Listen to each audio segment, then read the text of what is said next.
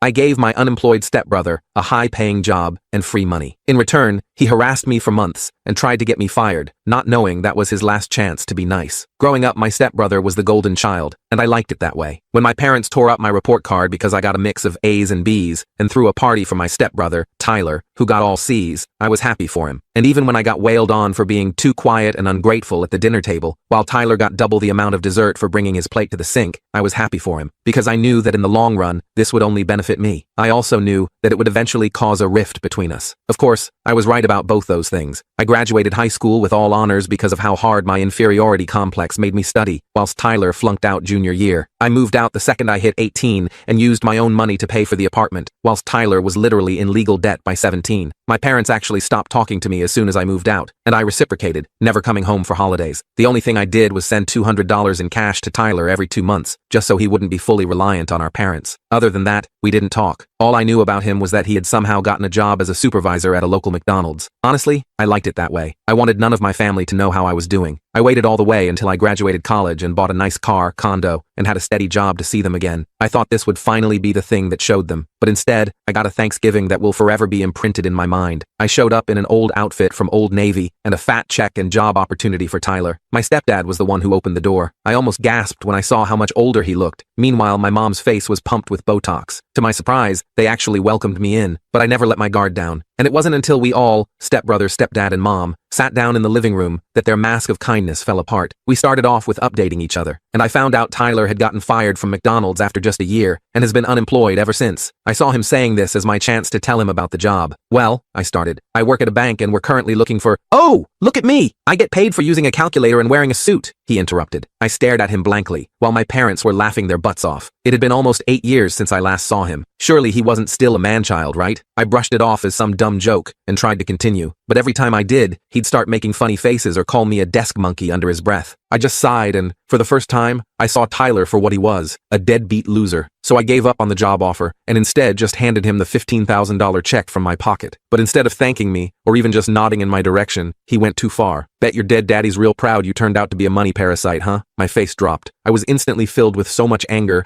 that my neck and face started burning up. I stood up to walk towards him, with my fists clenched by my side. And in response, he stood up too, except instead of facing me, it was to run away and lock himself in the bathroom. My parents practically glued themselves to the couch, not wanting to be involved. I simply walked over to Tyler and slowly began to unlock the door from the outside, taunting him. Hey Tyler, did you know I was going to offer you a job that had a starting pay of $60,000 today? Silence. But hey, if you'd rather beat your hot dog all day while watching girls who will never want you, all from the childhood bedroom that you never moved out of, then more power to you. Silence. I didn't even bother opening the door after that. I just left. A small part of me was angry that I let him keep the check, but I was mostly still happy that I was able to help him out. But turns out Tyler didn't exactly want the check. He didn't want the job either. Instead, he wanted to ruin my life. I didn't realize it yet, but my comments had stung Tyler. So much so, he decided to use them to ruin everything I had ever worked for. About a week later, I started getting weird calls at work. Someone would ask for me by name, then hang up when I answered. Then my email inbox got flooded with subscription confirmations. Somehow someone had signed me up for every porn site newsletter possible. My work email, not my personal one. I changed my passwords and moved on, thinking it was just a one-time thing. Then my neighbors started giving me strange looks in the hallway. Turned out someone had put up flyers around my condo building claiming I was running an illegal business from my apartment. The flyers had my full name and unit number. I knew immediately it was Tyler, but how did he even know where I lived? The check I gave him had my bank's address, not my home address. It took a couple days of paranoid thinking before I remembered. My mom had asked for my address last year to send a Christmas card. She never sent anything, but obviously she'd given the info to Tyler. Things escalated quickly from there. I started getting packages I never ordered, expensive stuff that would show up COD, meaning I had to pay for them or refuse delivery. My car got keyed in my building's parking garage. Someone called in a noise complaint to my condo association 3 nights in a row. These were all annoying but manageable. What pushed me over the edge was when I got a call from my boss asking if everything was okay. Apparently, someone claiming to be my stepbrother had called HR to say I was having a mental health crisis and might need to be checked on. That could have seriously damaged my reputation at work if my boss hadn't known me better. I was done playing defense. Time to find out exactly what Tyler was up to and put an end to it. I called my mom for the first time in years and casually asked how Tyler was doing. She launched into a 20-minute monologue about how he was between opportunities but had big plans. The important part? He was still living at home in his childhood bedroom, just like I'd guessed. I needed to know just how far he was willing to go, and more importantly, I needed to make sure he understood that messing with me would backfire spectacularly. The days of me being the quiet, accommodating stepsister were over. If Tyler wanted a war, he had no idea what he was in for. I figured if Tyler wanted to mess with my life, I needed to be smart about how I handled it. Just confronting him would only make things worse. The jerk probably expected me to come barging into my mom's house screaming at him, which would only play into their "she's unstable" narrative. No, I had to be more strategic. First thing I did was lock down my digital life, changed all my passwords, set up two-factor authentication, and created a Google alert for my name. I called my bank, credit card companies, and even the 3 credit bureaus to put fraud alerts on everything. Last thing I needed was Tyler trying to open accounts in my name. Then I dealt with the physical security. I spoke to my building manager about the situation, keeping it vague, just said I had a troubled family member who might cause problems. He agreed to alert security and make sure no packages were accepted without my direct approval. I also bought a cheap camera for my front door, just a basic Ring doorbell, nothing fancy. During all this, I was trying to figure out my next move. I wasn't about to just sit back and take Tyler's crap, but I also didn't want to sink to his level. I decided to make a quick trip to my hometown that weekend, not to confront Tyler, but to gather intel. I drove down Saturday morning and parked a few blocks from my parents' house. Their neighborhood hadn't changed much. Same old houses, same cracked sidewalks. I sat in my car wondering what the hell I was doing when I spotted Tyler walking out the front door. He was wearing the same stained sweatpants from Thanksgiving, but had added a grimy hoodie, real fashion icon. I slumped down in my seat as he walked past, not even glancing my way. He headed toward the convenience store at the corner. I decided to follow him, not too close, just enough to see what he was up to. He bought cigarettes and a case of cheap beer, then headed back toward the house. But he didn't go inside. Instead, he walked around to the side yard where there was this old shed. My parents never used that shed for anything except storing the lawnmower. But Tyler unlocked it and went inside, staying for about 20 minutes before coming out again and heading back to the house. Interesting. I waited until both my mom's and Tom's cars were gone the next day before I made my move. Sunday morning, they always went to the diner for breakfast, a tradition since I was a kid. I figured Tyler would either be asleep or glued to his video games. The shed was what I wanted to check out. The lock was cheap and easy to pick. Thank you, YouTube tutorials. Inside was, well, not what I expected. Tyler had set up a little office of sorts. There was a desk with an old laptop, a printer, and stacks of paper. On the wall were pictures of me, photos from my social media before I locked everything down, printouts of my work profile, even a map with my condo circled in red. It was like something out of a bad thriller movie. What really caught my attention was a notebook labeled Operation Payback. Real original Tyler. I flipped through it and found a detailed list of all the things he'd already done to mess with me, plus a bunch more he was planning. Some were childish, ordering pizzas to my place at 3 a.m. Others were more concerning. He had written down the names of several of my coworkers and notes about contacting them. I took photos of everything with my phone. This wasn't just annoying sibling rivalry. This was straight up harassment. I carefully put everything back exactly as I found it and slipped out, making sure to lock the shed behind me. On the drive home, I called my friend Barbara, who works in IT security. She's always been my go-to person for tech advice. I explained the situation without getting too deep into the family drama. This guy sounds like a total loser, was her assessment. But even losers can cause damage. You need to protect yourself. Barbara came over that evening and helped me set up better security on all my devices. She also had some ideas about how to track the source of any further digital harassment. We ordered takeout and spent the whole evening getting everything locked down. You know, Barbara said between bites of pad thai, you could just report him to the police for harassment. I shook my head. Not yet. I want to see what he does next. Playing with fire much? Barbara raised an eyebrow. Maybe I was, but something in me wanted to handle this myself. Plus, involving the police meant potentially having to deal with my parents, and I wasn't ready for that headache. The next couple of weeks were quiet, maybe too quiet. I checked my camera footage daily, but there was no sign of Tyler. No weird calls, no packages, nothing. I almost started to think he'd given up. Then I got a call from an unknown number while at work. Against my better judgment, I answered. Hello, is this Alexandra? A woman's voice asked. Yes, who's this? This is Karen from Credit Secure. We've detected some unusual activity on your accounts. It appears someone tried to open 3 credit cards in your name yesterday. My stomach dropped. I spent my lunch break dealing with the attempted identity theft. Thankfully, the fraud alerts I'd set up had prevented any actual damage, but it was clear Tyler was escalating. This wasn't just annoying anymore, it was potentially criminal. That evening, my phone buzzed with a text from a number I didn't recognize. Having credit problems? Maybe you should be more careful who you piss off. I didn't respond, just saved the number as evidence. But now I was genuinely angry. This had gone too far. The next day at work, I couldn't focus. My mind kept drifting to Tyler and his stupid revenge schemes. During my afternoon break, I decided to check my personal email, and there it was. An email from my mom with the subject line, "We need to talk about Tyler." I opened it with sweaty fingers. It was brief. Alexandra, I don't know what's going on between you and your stepbrother, but he's been acting strange since your visit. Could you please call me? Mom. At least she used stepbrother this time. Some things do change. I didn't call her, but I did formulate a plan. If Tyler wanted to play dirty, I could play dirty too, but smarter. First step, I called the McDonald's where he used to work and asked to speak to the manager. I introduced myself as a potential employer doing a reference check on Tyler. The manager, a guy named Richard, laughed. Reference? For Tyler? Lady,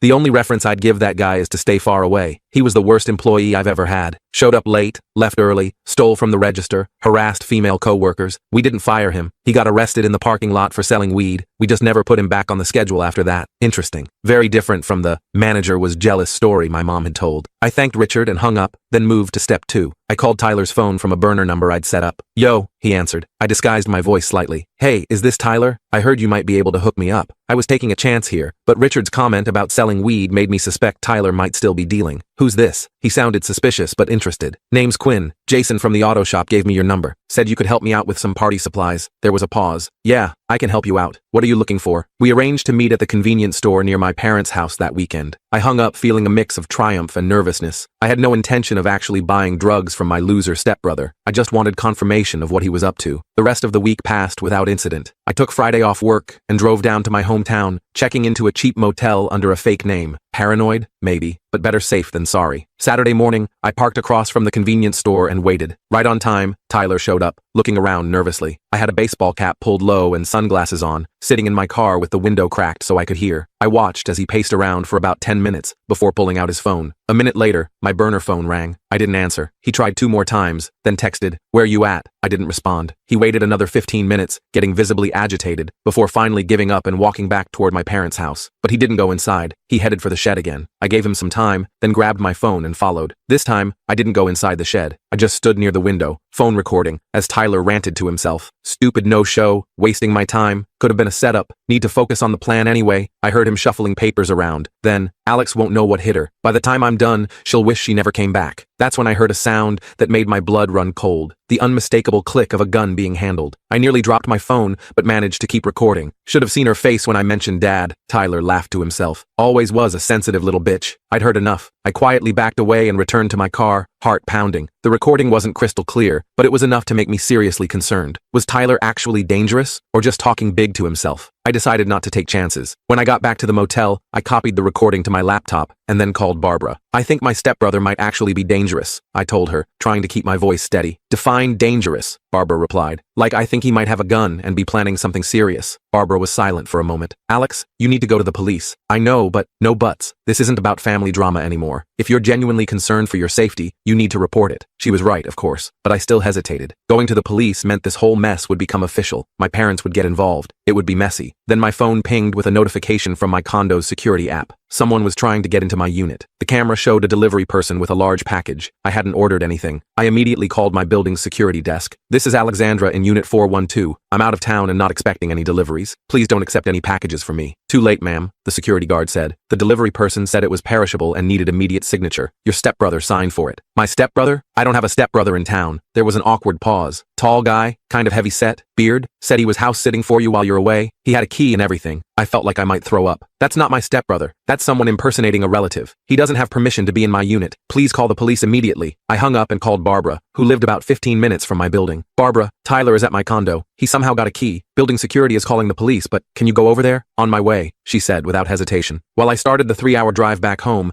Barbara kept me updated via text. The police had arrived, but Tyler was already gone. The perishable delivery turned out to be a box of rotting fish that he'd left on my kitchen counter. Classic Tyler. Childish and disgusting. The police took a report, but said there wasn't much they could do since nothing was stolen, and the damage was minimal. They advised me to change my locks and file for a restraining order. By the time I got home, Barbara had already called a locksmith who was just finishing up. My apartment reeked of fish, despite Barbara's efforts to clean up. I was exhausted, angry, and scared, but mostly, I was done with being Tyler's punching bag. I need to end this, I told Barbara, as we sat on my balcony to escape the smell. Not just stop him, but make sure he can never pull this kind of crap again. What are you thinking? Barbara looked concerned. Something legal, I assured her, but effective. The next day was Sunday. I knew my parents would be at their usual diner breakfast, and Tyler would likely be sleeping in. Perfect timing for me to make some calls. First, I called a friend who worked at the DMV. I wasn't looking for anything illegal, just confirmation of some suspicions. Sure enough, Tyler's driver's license had been suspended 6 months ago for unpaid tickets and driving without insurance. Yet I'd seen him driving my mom's car just yesterday. Next, I called a college buddy who'd become a paralegal. She helped me understand exactly what constituted harassment and identity theft in our state, and what evidence I'd need for a restraining order. I had plenty. Then I called my boss. I explained the situation briefly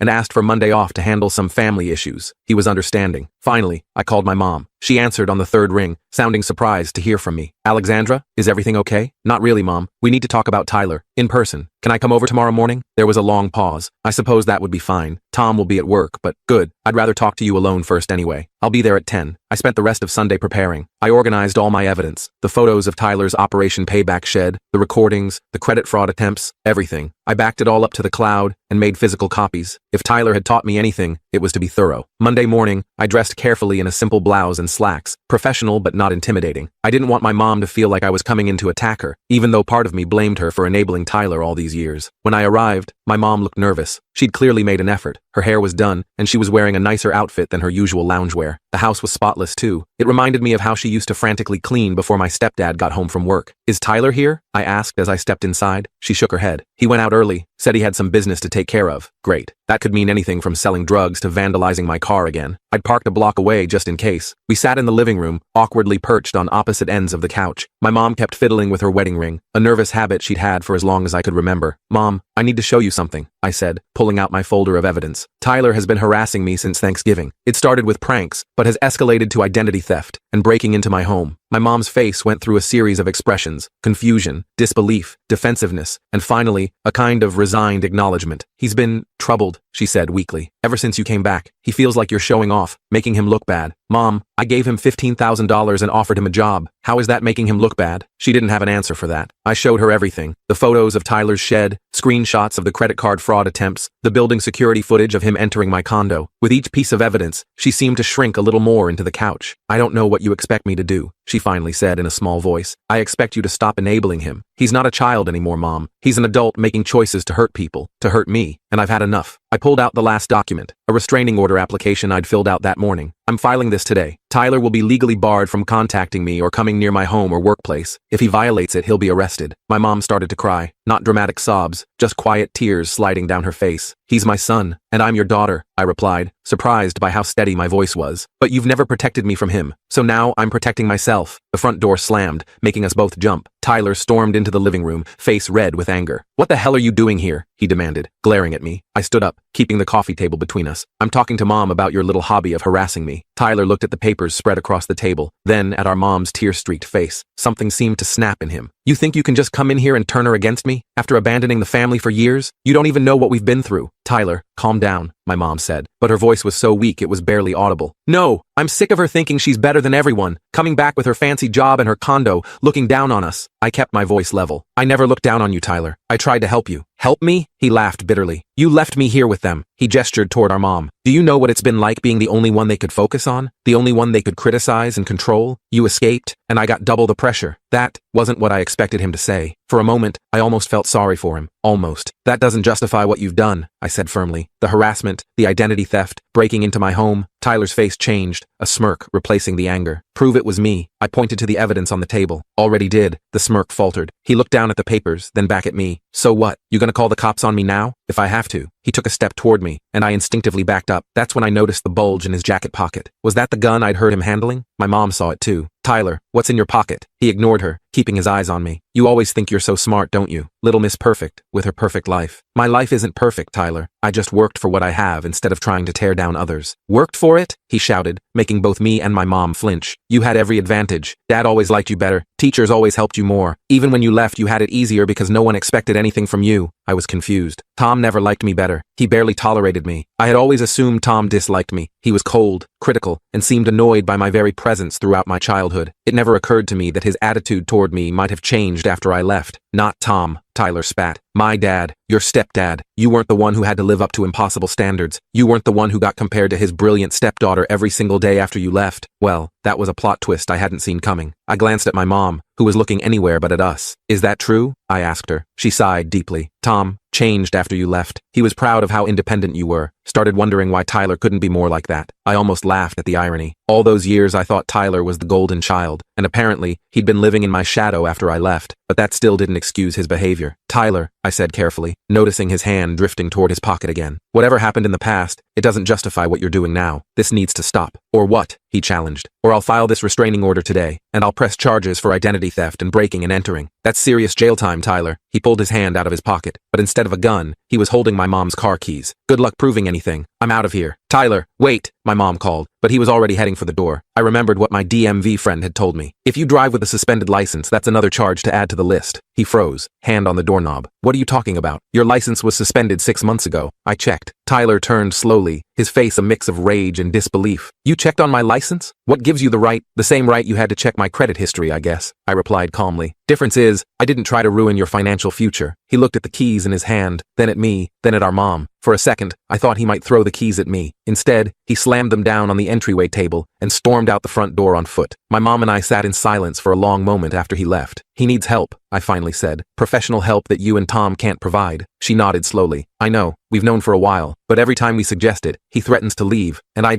can't lose another child. Her words hit me unexpectedly hard. Had she considered me lost? I pushed the thought aside for now. You're not helping him by letting him continue like this. He's destroying his life and trying to destroy mine. What are you going to do? She asked quietly. I gathered up my evidence and put it back in the folder. That depends on Tyler. If he stops the harassment completely, I won't file the restraining order or press charges. But if there's even one more incident, I'm going to the police with everything I have. I stood up to leave, but my mom caught my hand. Alexandra, I'm sorry. For everything. For not protecting you when you were younger. For letting things get this bad with Tyler. It was the first real apology I'd ever heard from her. I didn't know how to respond, so I just nodded and gently pulled my hand away. I'll let myself out, I said. As I walked to my car, I felt lighter somehow. Not because I'd won against Tyler, but because for once, I'd stood up for myself without backing down. The ball was in his court now. Little did I know, Tyler was about to serve it back with a vengeance. 2 days later, I was at work when my personal phone rang with a number I didn't recognize. I almost ignored it but decided to answer. Hello? Is this Alexandra? A woman's voice asked. Yes. Who's this? This is Patricia from Westside Hospital. We have your stepbrother Tyler here in the emergency room. You're listed as his emergency contact. My heart skipped a beat. Is he okay? What happened? He's stable, but he's been in an accident. He's asking for you. I told my boss I had a family emergency and drove to the hospital, my mind racing. Was this legitimate or another one of Tyler's schemes? Only one way to find out. When I arrived at the ER, I was directed to a curtained bed where Tyler lay looking pale and drawn. His right arm was in a cast, and he had a nasty gash on his forehead. You came, he said when he saw me, sounding genuinely surprised. What happened? I asked, staying near the foot of the bed. Tried to cross the highway on foot. Wasn't paying attention. He looked away, clipped by a truck. Why were you crossing the highway? He shrugged his good shoulder. Going to a friend's place. The nurse came in then, checking Tyler's vitals. The doctor wants to keep him overnight for observation because of the concussion. Do you have his insurance information? Tyler looked panicked. I told you, I don't have insurance. The nurse looked at me expectantly. I felt conflicted. Even after everything Tyler had done, seeing him injured and vulnerable stirred something in me. A sense of responsibility that I couldn't quite shake. This was still the boy I'd grown up with. The kid who'd been shaped by the same dysfunctional home I'd escaped from. I could have walked away. I kind of wanted to, but instead, I pulled out my wallet. I'll handle the paperwork, I told her. Can you give us a minute? When she left, Tyler wouldn't meet my eyes. You don't have to pay for this. I know. I can't pay you back. I know that too. We sat in uncomfortable silence for a moment. Why'd you come? He finally asked. After everything I did, I considered the question. Because despite everything, you're still family, and I wanted to make sure you were actually hurt, and not just luring me into another trap. He almost smiled at that. Fair enough. I leaned forward, making sure he was looking at me. This is it though, Tyler. My last act of goodwill. If you ever try to mess with my life again, I won't hesitate to use everything I have against you. Understand? He nodded slowly. Yeah, I get it. Good. Now I'm going to pay your hospital bill and give you one more chance to turn things around. What you do with it is up to you. As I stood to leave, he called out, Alex? I turned. What? I'm sorry. For the dad comment at Thanksgiving, that was too far. It wasn't a full apology, but it was something. I nodded acknowledgement and went to find the billing department. I couldn't know then if Tyler was truly remorseful or just saying what he thought I wanted to hear. All I knew was that I was done being a victim. Whether Tyler changed or not, I would be okay. I had built a life for myself, and no one, not Tyler, not my mom, not Tom, could take that away from me. I paid Tyler's hospital bill, left my contact information for the doctors, and walked out into the sunshine, feeling for the first time like I was completely free of my family's dysfunction. Whether Whether this was the end of Tyler's revenge or just a temporary truce, I was ready for whatever came next. Leaving the hospital that day, I had no idea if I'd just made the biggest mistake of my life or finally broken through to Tyler. Part of me was waiting for the other shoe to drop, like maybe the whole accident was an elaborate scam to get me to pay his hospital bills. But according to the doctors, his injuries were definitely real. The concussion was mild, but the broken arm would take weeks to heal properly. I tried to put Tyler out of my mind and focus on work for the next few days. I'd done what I could, paid his medical bills, given him yet another chance, and made it crystal clear there wouldn't be any more opportunities after this one. Ball was in his court now. About a week after the hospital visit, I got a notification. It was a text from my mom asking if I'd heard from Tyler. Apparently, he hadn't come home after being discharged. I told her I hadn't heard anything and suggested maybe he was staying with a friend. She didn't seem convinced, but thanked me anyway. 2 more weeks went by with no Tyler drama, no harassment, no weird packages, no credit card fraud attempts. I started to relax a little, thinking maybe the hospital scare had actually knocked some sense into him. Then my doorbell rang on a Saturday afternoon. I checked my security camera and froze. Tyler was standing outside my door, looking uncomfortable in clean jeans and a button-up shirt I'd never seen before. His arm was still in a cast, and he had dark circles under his eyes. I considered not answering, but curiosity got the better of me. I opened the door, but kept the security chain on. "What are you doing here? Can I come in?" he asked, not meeting my eyes. "I just want to talk. Last time you were here, you left rotting fish on my counter." He winced. "Yeah, I know. I'm sorry about that. And everything else." I studied him for a moment. He looked terrible, thinner, tired, and weirdly nervous. Not the cocky jerk who'd been tormenting me for months. 5 minutes, I said, closing the door to undo the chain. "And I'm recording this conversation on my phone," I added as I let him in. Tyler nodded and followed me to the living room but didn't sit down. He just stood there awkwardly, fidgeting with the edge of his cast. "So?" I prompted after an uncomfortable silence. I wanted to tell you I won't be bothering you anymore. I got a job. Well, 2 jobs actually. Morning shift at a warehouse and evening shifts at a gas station. That was unexpected." "Okay, good for you. And I'm paying back Mom for all the money she's loaned me over the years, starting with the car insurance I let lapse." I raised an eyebrow. "What brought this on?" He shrugged. "The accident, I guess." And he hesitated. "I had to sleep in my car for a few nights after the hospital. Had some time to think." "Wait, you've been living in your car? Why?" "Tom changed the locks." Tyler's voice was flat. "Said I couldn't come back until I got my act together and stopped harassing his stepdaughter." I was genuinely shocked. Tom had actually stood up for me after all these years? "Anyway," Tyler continued, "I just wanted to say I'm sorry. For real this time. The stuff I did was messed up. You didn't deserve it." I didn't know what to say. Part of me was suspicious this was just another manipulation tactic, but he seemed sincere. "Where are you staying now?" I asked. "Got a room in a house with some other guys. It's not great, but it's a place to sleep that isn't a Honda Civic." Despite everything, I felt a twinge of sympathy. "Do you need money?" He shook his head quickly.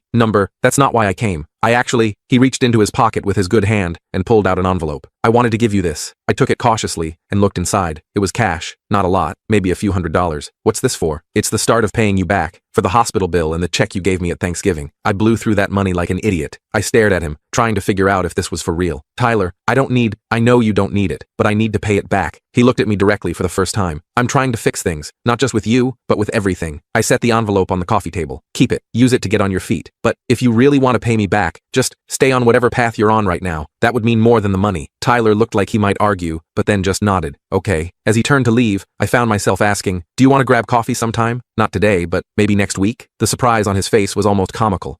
Yeah, that would be, yeah." After he left, I sat on my couch feeling weirdly emotional. I wasn't naive enough to think one conversation had magically fixed years of dysfunction, but it felt like maybe, just maybe, there was a chance for something better. I called Barbara to update her on the Tyler situation. "So he just showed up and apologized? Just like that?" She sounded skeptical. "I know, it's weird, but he seemed different, like genuinely humbled. People don't change overnight, Alex." "It wasn't overnight. It's been almost a month since the hospital, and apparently he's been homeless for part of that time." Barbara sighed. "Just be careful, okay? Keep your guard up a little." She was right, of course. One apology didn't erase everything that had happened, but I couldn't help feeling cautiously optimistic. The next week, I met Tyler at a coffee shop halfway between my place and his new room. He was already there when I arrived, nervously shredding a napkin at a corner table. We made awkward small talk about the weather and his new jobs. He asked about my work, and I gave him the sanitized version, still not ready to share too much. "So," I finally said after we'd exhausted all safe topics, "how are Mom and Tom?" Tyler grimaced. "Mom's upset that I moved out. Keeps trying to convince me to come back home. Tom's actually been weirdly supportive of me finding my own place." "Really? That doesn't sound like the Tom I remember." "Yeah, well," Tyler hesitated. "After your visit, there was a huge fight. Like, bigger than I've ever seen. Mom was defending me. Tom was saying I needed consequences. It got pretty ugly. I felt a pang of guilt. I didn't mean to cause problems." "You didn't. This was a long time coming. Tom's actually been getting therapy for the past couple years. Something about managing his anger better." Tyler laughed humorlessly. "Would have been nice if he'd done that when we were kids, right?" I couldn't believe what I was hearing. "Tom? In therapy?" "Yeah. His doctor told him he had to get help or he was headed for a heart attack. Turns out being an angry jerk all the time isn't great for your health." We both sat with that information for a moment. Anyway, Tyler continued, I think seeing all the evidence of what I'd been doing to you was a wake-up call for both of them, and for me, honestly. The conversation shifted then to childhood memories, some good, mostly bad. It was the only time we'd ever really talked about what it was like growing up in that house. I realized we'd both been damaged by our parents in different ways. You know what's messed up? Tyler said, as we were getting ready to leave. I was so jealous of you for getting out, but I never tried to leave myself. It's not easy to leave when everyone's telling you that you can't make it on your own. He nodded thoughtfully. Yeah, but I'm figuring that out now, I guess. We agreed to meet again the following week. As I drove home, I felt like I was getting to know my stepbrother for the first time. Over the next few months, Tyler and I developed a cautious friendship. We'd meet for coffee every couple of weeks, sometimes just talking, other times sitting in comfortable silence. He was consistently working both jobs, had opened a bank account, and was slowly building a life for himself. I kept waiting for him to slip up or reveal that this was all an elaborate con, but it never happened. He seemed genuinely committed to changing his life. 4 months after his unexpected visit to my condo, Tyler texted asking if we could meet at our usual coffee spot. When I arrived, he was beaming. I got promoted at the warehouse, he announced as soon as I sat down. Shift supervisor, better pay, regular hours. That's awesome, Tyler. Congratulations. And I'm quitting the gas station job, going to use those evening hours to get my GED instead. I was genuinely impressed. Wow, you're really doing this, aren't you? He nodded, looking both proud and embarrassed. Yeah, turns out I don't actually suck at everything. Who knew? I knew, I said without thinking. That's why I offered you that bank job back at Thanksgiving. His face fell a little. Yeah, about that. I'm sorry I was such a jerk. That would have been a good opportunity. Well, maybe when you get your GED we can talk about it again. My bank is always hiring. Tyler looked up, surprised. You'd still help me get a job? After everything? People deserve second chances when they're genuinely trying to change, and you clearly are. We spent the rest of our coffee meetup talking about GED requirements and what kind of positions might be available at my bank down the road. It felt weird, but good to be planning a future that included Tyler in a positive way. That night, my phone buzzed. It was a call from my mom. We'd been talking more frequently since Tyler's accident, though our conversations were usually brief and superficial. Alexandra, she sounded different, more subdued than usual. I wanted to thank you. For what? For whatever you said to Tyler. He's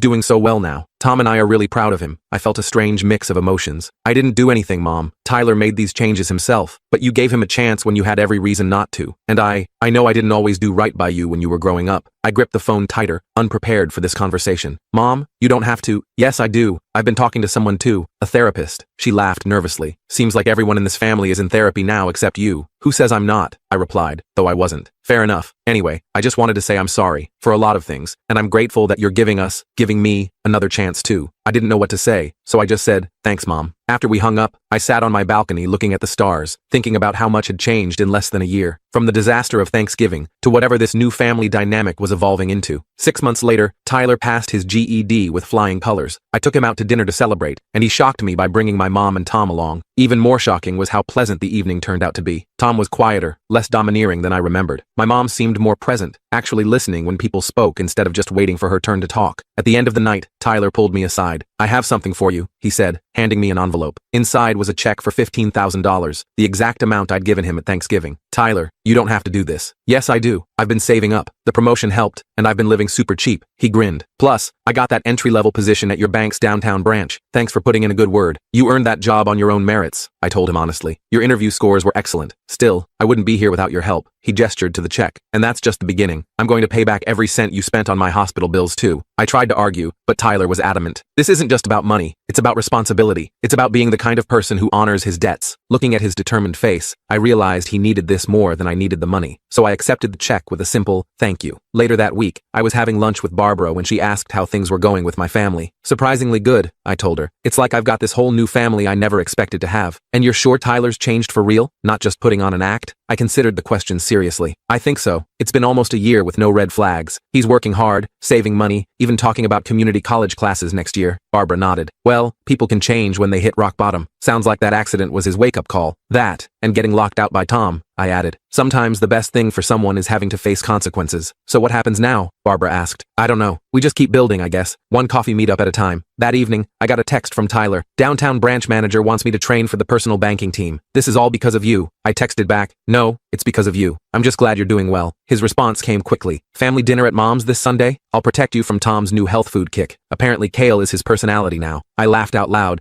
then typed, sure, I'll bring dessert. As I set my phone down, I realized something important. The twisted family dynamic that had defined my childhood was gone. We weren't perfect, not even close, but we were all trying in our own ways, and maybe that was enough. Tyler and I would never have the typical sibling relationship. We had too much history, too many scars for that, but we had something that worked for us, a cautious friendship built on mutual respect and genuine effort. And for the first time in my life, I felt like I had a brother, not just a stepbrother who made my life miserable. Sometimes the family you build isn't the one you were born into, or even the one you grew up with. Sometimes it's the one you forge through hard conversations, second chances, and the choice to see people for who they're trying to become, not just who they've been.